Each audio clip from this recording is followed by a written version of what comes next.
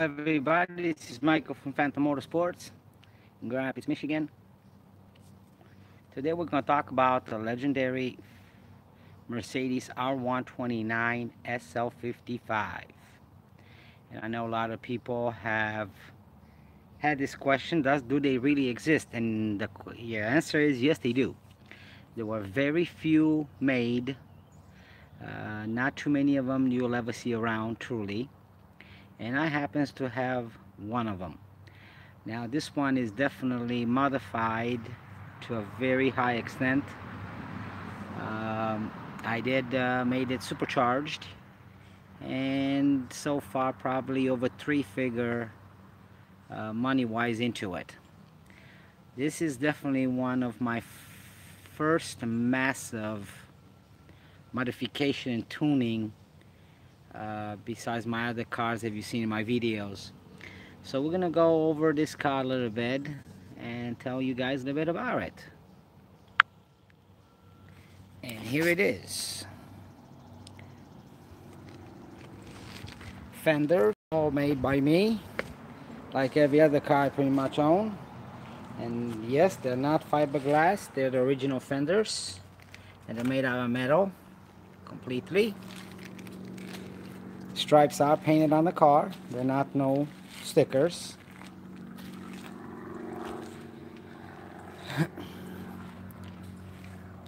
We'll go around it a little bit. This is the front end of it. It does have the fog lights in it. Bumpers were definitely made out of carbon fiber. The body kit was made in the UK. It is a 2002. Mirrors have the lights in. Those were mods with the chrome rings. Wheels are the BBS's, transform into an AMG. And here comes the biggest part of it all.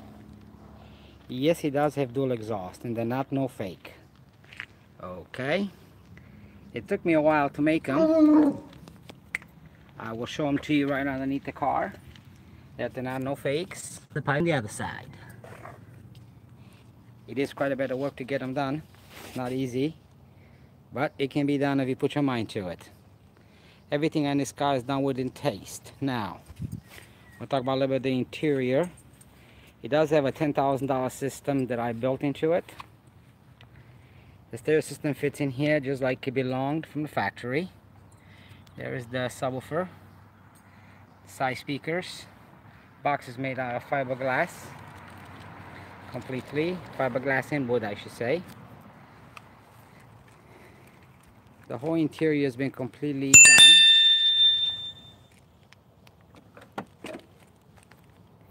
Seats, open the door. It's been updated with the red, real LED interior with the seats.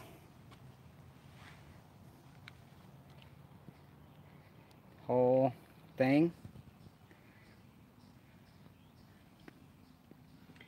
Does have the keypad, of course. Can't start it even if you have the key. Just like the transporter. Bunch of other little tricks here on out. Down to it. Does have the original AMG speedometers, which it is in miles. It's over 190 miles per hour car. It will do probably right now about 220.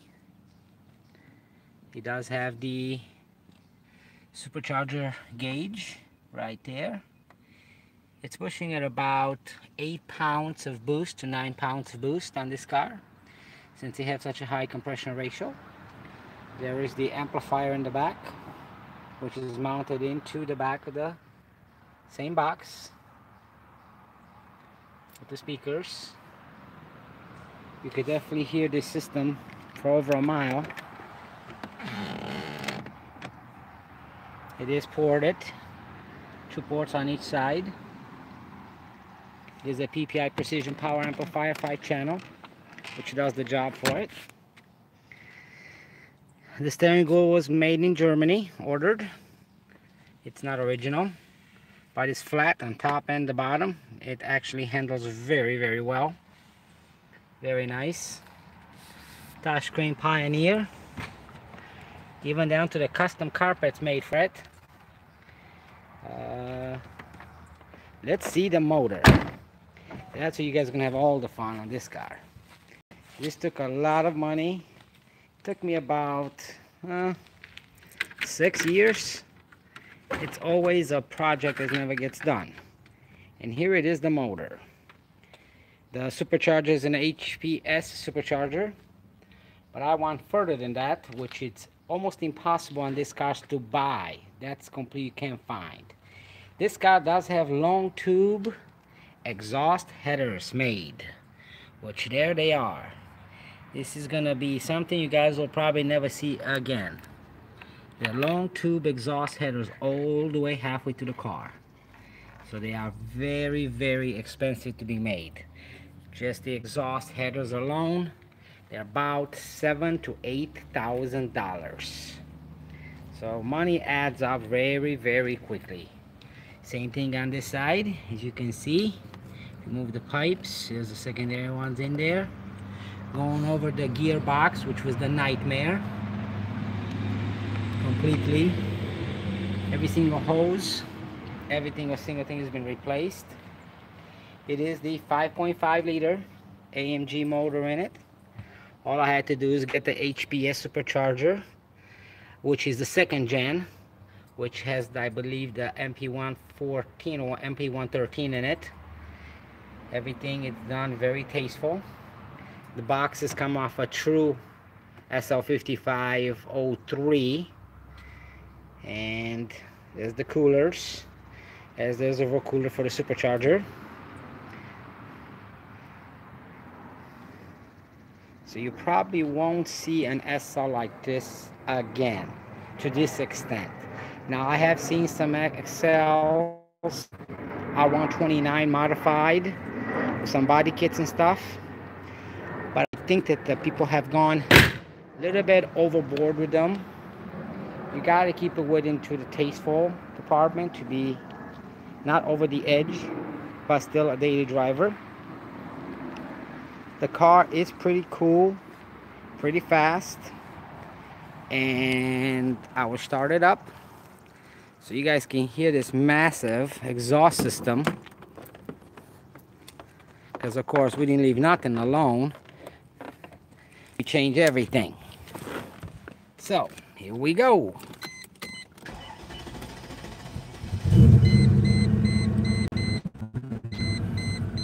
Sounds pretty cool at the first. Until you accelerate. Sorry about that.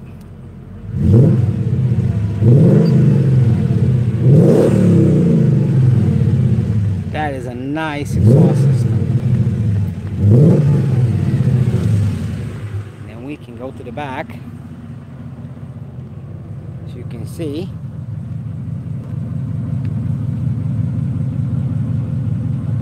both pipes work great, coming through the bumper. Can't get any more tasteful than that. Does have more brake lights at the bottom, so some idiots can really see when you stop.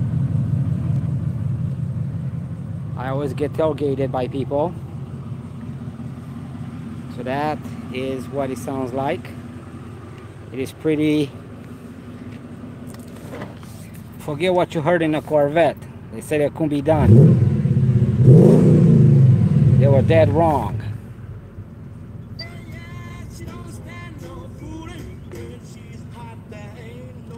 Let's see if we can find a song so you can hear how this thing basses.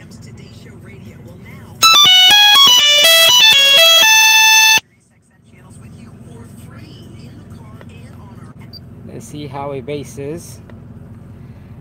Does have the other gauges that reads my voltage constantly.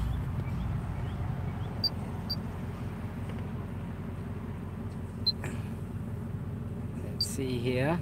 Yeah, trying to bring your ass to the table, y'all. X to the Z exhibit. Yeah, where you at? So it does bass pretty good with no issues. So with that set in mind, got 113,000 miles on it. If you guys ever want any mod ideas, any tuning ideas, please feel free to contact me. And I make the fenders, I make the dual exhaust, I make the headers. I can set you up in least in the right direction where you want to go with your SL, if you truly love it that much. So thank you and take care.